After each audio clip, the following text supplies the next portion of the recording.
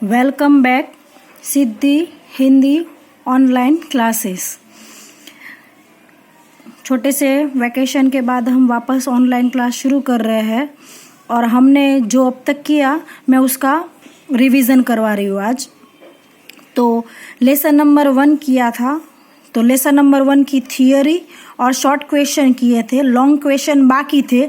लेकिन अब लॉकडाउन की वजह से कुछ कोर्स कट हो गया है, तो उसमें वो बड़े क्वेश्चन कट हो गए हैं, तो कुछ कोर्स शॉर्ट कर दिया। एक भी लेसन पूरा का पूरा नहीं निकाला हुआ है, पर लेसन के अंदर से कुछ कुछ सवाल, कुछ कुछ पॉइंट निकाल दिए गए हैं। तो पहला लेसन जो हमने थियरी शॉर्ट क्वेश्चन किया था वो है, और लॉन्ग क्वेश्चन जो बाकी था, क्योंकि वो वीडियो में नहीं हो सकता था तो वो बाकी था, लेकिन अब वो निकल गया है। तो पहला लेसन कंप्लीट। फिर हमने चौथा लेसन शुरू किया था, वो है साझेदारी का पुनर्गठन। तो मैं उसका रिवीजन करवा रही हूँ।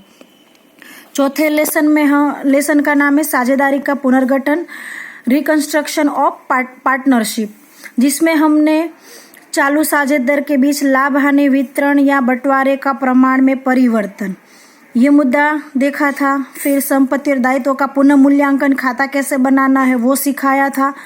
ठीक है, यहाँ तक हमने किया था। और अनामत और एकत्रित लाभ का बंटवारा वो बाकी था, और ख्याति, ये मुद्दा बाकी। 3 मुद्दे हो गए थे जिसमें हमने ये थियरी की थी साझेदारी में परिवर्तन के कारण। तो 3 कारण थे। एक, साझेदार के बीच लाभ हानि वितरण के प्रमाण में परिवर्तन, साझेदारी पेढ़ी में नए साझेदार का प्रवेश, और चालू साझेदार पेढ़ी में से साझेदार की निवृत्ति या साझेदार की मृत्यु। ये मुद्दा था।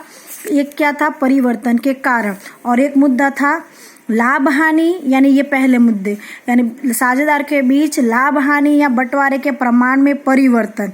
तो वो परिवर्तन के यहाँ पर मुद्दे थे कि कौन से कारणों से, ये क्या था साझेदारी में परिवर्तन, और ये क्या है लाभ हानि में परिवर्तन। तो आपको 1 मार्क्स का सवाल पूछेंगे तो कंफ्यूजन हो जाएगा। लाभ हानि के परिवर्तन में ये नहीं लिखना है, ये है साझेदारी में परिवर्तन, जिसके 3 मुद्दे, और इस पहले का ये मुद्दा है, इसका नाम है लाभ हानि में परिवर्तन। उसके ये दोनों में शब्द क्या आया, परिवर्तन, तो थियरी मिक्स ना हो जाए। ये है लाभ हानि वितरण के प्रमाण में परिवर्तन, ये साझेदारी में परिवर्तन या कारण बोलो, और ये है लाभ हानि में, जिसके मुद्दे भी हमने देखे थे कि जब कोई साझेदार संचालन प्रबंध करता हो परंतु उसकी तबीयत नादुरुस्त हो या निजी कारण से भविष्य में धंधा संभाल सके ऐसा ना हो और वो व्यवसाय छोड़ के चला जाए, तो लाभ हानि का नया प्रमाण ढूंढना पड़ता है। उसके बाद धंधा के लिए पर्याप्त समय न दे सके, उसके बदले अन्य साझेदार को काम सौंपना हो, साझेदार की निवृत्ति या मृत्यु या साझेदार का प्रवेश। इतने मुद्दे हमने डिस्कस किए थे। उसके बाद हमने लाभ का परिवर्तन, तो इसमें हमने देखा था त्याग का प्रमाण।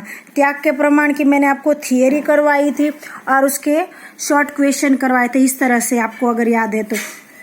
त्याग का थियरी मैं आपको एक उसकी परिभाषा बता देती हूँ कि जब त्याग के अंदर कौन प्रवेश, जब किसी नए साझेदार की प्रवेश की वजह से लाभ हानि का प्रमाण परिवर्तन करना पड़े।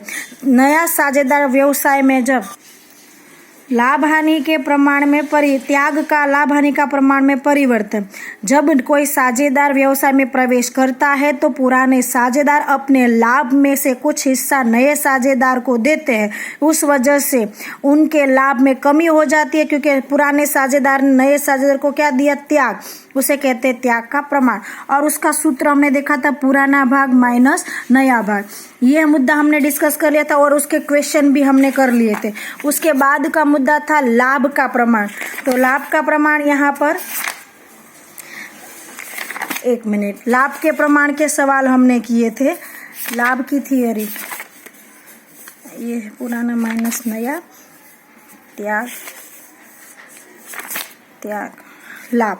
फिर हमने लाभ का प्रमाण, तो लाभ में क्या आया था, निवृत्ति। जब त्याग हो तब प्रवेश, कोई साझेदार प्रवेश करेगा तो उसको कुछ देना पड़ेगा, इसलिए पुराने क्या करेंगे, अपना त्याग करेंगे, अपने जो प्रॉफिट में उसको मिल रहा है उसका हिस्सा दे देंगे। और लाभ में क्या होगा कि कोई नया एक पूरा साझेदार 3 पार्टनर है, एक पार्टनर चला गया तो 2 बच गए, तो जो चला गया है उसका हिस्सा बाकी दोनों को मिलेगा, तो उनको लाभ मिलेगा। तो जब किसी साझेदार की निवृत्ति होती है तब उसका हिस्सा अन्य साझेदारों के बीच में बंट जाता है, तो पुराने साझेदार के लाभ में वृद्धि हो जाती है, इसलिए उसको कहते हैं लाभ का प्रमाण, जिसकी थियरी आपको समझाई थी। आपके पास यूट्यूब में वीडियो भी होंगे, आप उसको वापस देख भी सकते हैं। लाभ का प्रमाण का सूत्र हमने देखा था नया भाग माइनस पुराना भाग, और इस तरह से हमने ये सूत्र देखा था, थियरी देखी थी और उसके भी सवाल किए थे। तो यहाँ तक मैंने करवाया था। त्याग और लाभ के प्रमाण का अंतर भी हमने देखा था, मैंने आपको कहा था कि आपको वो तैयारी करनी है। उसके बाद पुनः मूल्यांकन खाते की थियरी मैंने आपको समझाई थी, ये सब मुद्दे भी हमने देखे थे, और पुनः मूल्यांकन खाता कैसे बनाना है हमने उदाहरण 7 भी देखा था। इस तरह से उदाहरण 7, उदाहरण 8 के सवाल, उदाहरण 9, ये सब हमने अब तक डिस्कस किए हुए थे, बराबर है।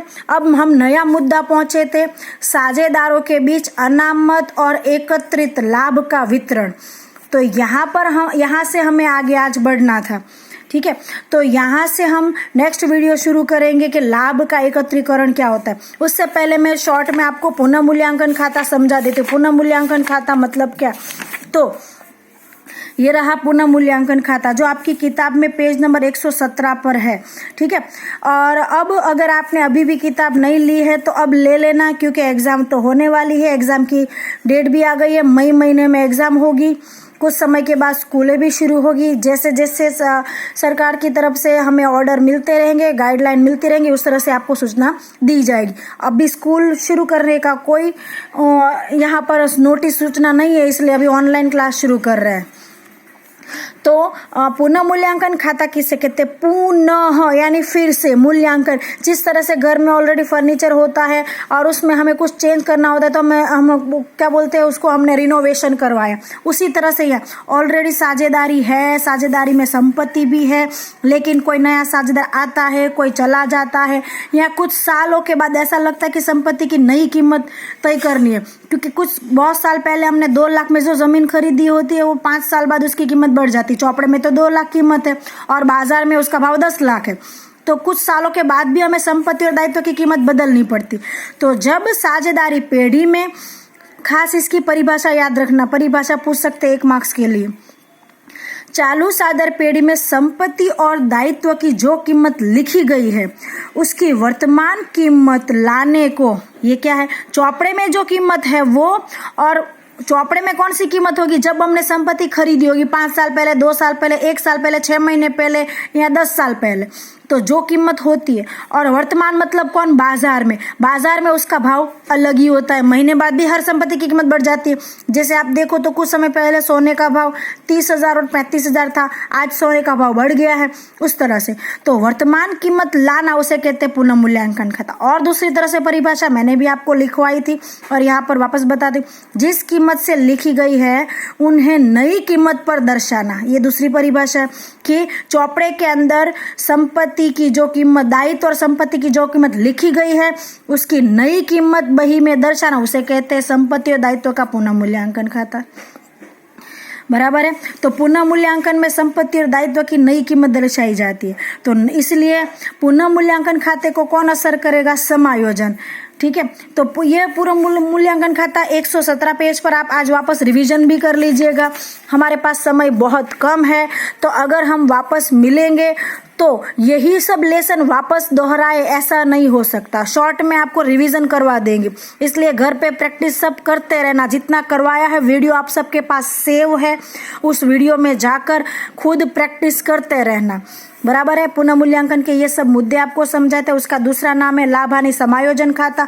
यहाँ तक सब हमने किया था, ये है आज का ओनली रिवीजन का वीडियो। कल से हम सवाल में आगे बढ़ेंगे और कल से हम मुद्दा शुरू करने वाले हैं ये पेज नंबर 127 तक, वहां से शुरू करेंगे अनामत और एकत्रित लाभ का वितरण। तो आज आप घर पे बैठकर रिवीजन कर लेना, लाभ का प्रमाण, त्याग का प्रमाण, पुनः मूल्यांकन खाते की परिभाषा और पुनः मूल्यांकन खाते के सवाल जो शॉर्ट क्वेश्चन मैंने आपको करवाए थे, ठीक है। ओके।